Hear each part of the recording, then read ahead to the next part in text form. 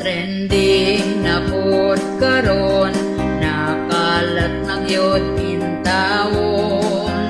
Nasuko ang bayot sa waiter, kay gitawag ra daw siya og sir. Gipatindog duha ka oras, ipakaulaw ang taon sa hilas. Daghan ang nitaas ang kilay, ni anting nga naay lagay.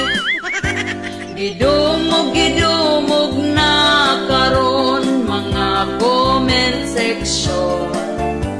Ang mga netizens puro kalagot ang gi-comment. Daghang nidapig sa waiter, giayog bash noon si sir. Gitawag na lang siyag ang call sa mga basher.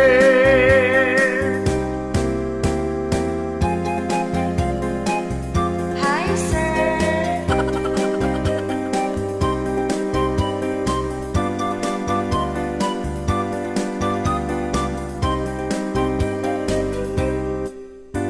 Bati kaayo batasan, para waiter pagkaulawan. Pwede man untag istoryahan, pero untag i-private lang. Ang ato ang naandan, customer is always right man.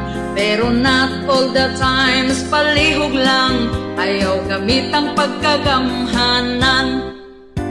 Pagmatngon na ang call, aron di ka mahasol. Dawat ang kamatuoran, nagianak ang ikugan. Ang imuhang kaubanan, sila taon gihilasan.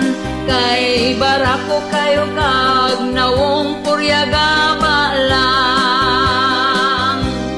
May gani kay gitahod pa ka, bisag ikugan.